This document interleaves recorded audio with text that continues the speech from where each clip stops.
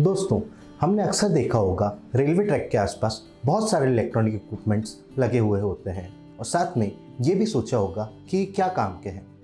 Actually ये electronic equipments railway के communication system का काम करते हैं और जिसे एक रेलटेल नाम की कंपनी इसको प्रोवाइड कराती है और रेलटेल अपना आईपीओ लेके 16 फरवरी को आ रही है।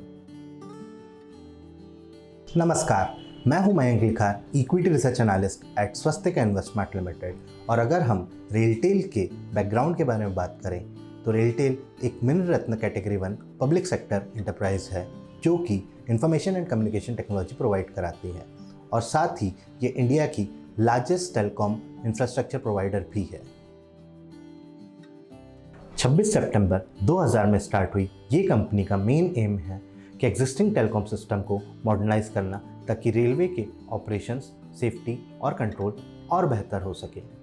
कंपनी के पास लगभग 55,000 किलोमीटर का ऑप्टिकल फाइबर नेटवर्क है जिससे लगभग 5,677 cities across the India connect होती हैं। इसके अलावा भारत नेट प्रोजेक्ट के अंतर्गत कंपनी एक ऑप्टिकल फाइबर का ब्रॉडबैंड नेटवर्क बना रही है जिससे लगभग 36,000 ग्राम पंचायत कनेक्ट होंगी।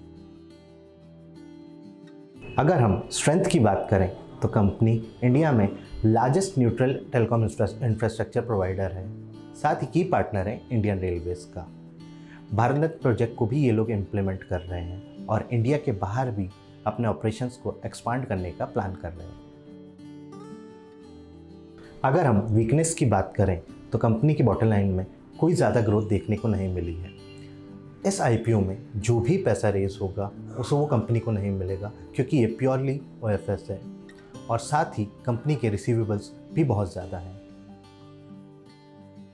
अगर हम आईपीओ के ऑब्जेक्टिव के बारे में बात करें तो कंपनी एक पीएससी होने की वजह से अपने डिसइन्वेस्टमेंट प्लान को एग्जीक्यूट करने जा रही है और साथ ही लिस्टिंग बेनिफिट्स भी पाना चाहती है।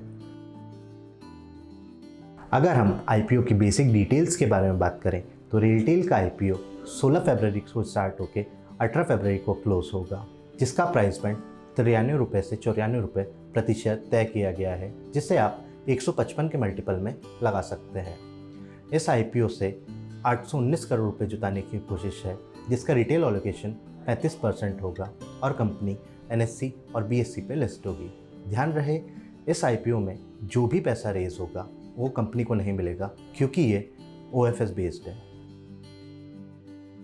अगर हम फाइनेंशियल्स की बात करें तो FY18 में इनका रेवेन्यू 1021 करोड़ से बढ़ के FY20 में 1066 करोड़ आ गया है। वहीं इनका नेट इनकम 134 करोड़ से बढ़ के 141 करोड़ आ गया है। अगर हम पिछले 3 साल का CAGR ग्रोथ देखें रेवेन्यू में तो वो 4.52% है। वहीं हम YOY देखें तो 12% है। वहीं इनका नेट इनकम में CAGR ग्रोथ 1.74% है, वहीं YOY 4% है।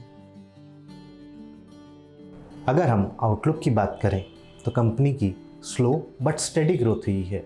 मार्केट में मोनोपोली होने की वजह से कंपनी आने वाले सालों में बेटर परफॉर्म करती हुई दिख सकती है। पिछले 3 साल में इनका रेवेन्यू CAGR ग्रोथ सिर्फ 4.5% है और इनके मार्जिन्स भी हल्के डिक्रीजिंग साइड पे हैं। अगर कंपनी अपने मार्जिन्स को मेंटेन कर लेती है तो आने वाले समय में काफ़ी बेटर परफॉर्म करती हुई दिख सकती है। 4.4 के EPS पे और 94 के अपर प्राइस बैंड पे 21 का PE आता है और 2.2 का प्राइस टू बुक वैल्यू आता है। वैल्यूएशन के हिसाब से कंपनी हमें अट्रैक्टिव लग रही है और हम इस कंपनी को सब्सक्राइब की रेटिंग प्रोवाइड करते हैं। हमारे साथ आगे भी जुड़े रहने के लिए सब्सक्राइब बटन को क्लिक करें और बेल नोटिफिकेशन का बटन दबाएं। सर्वे भवन्तु, धन्यवाद।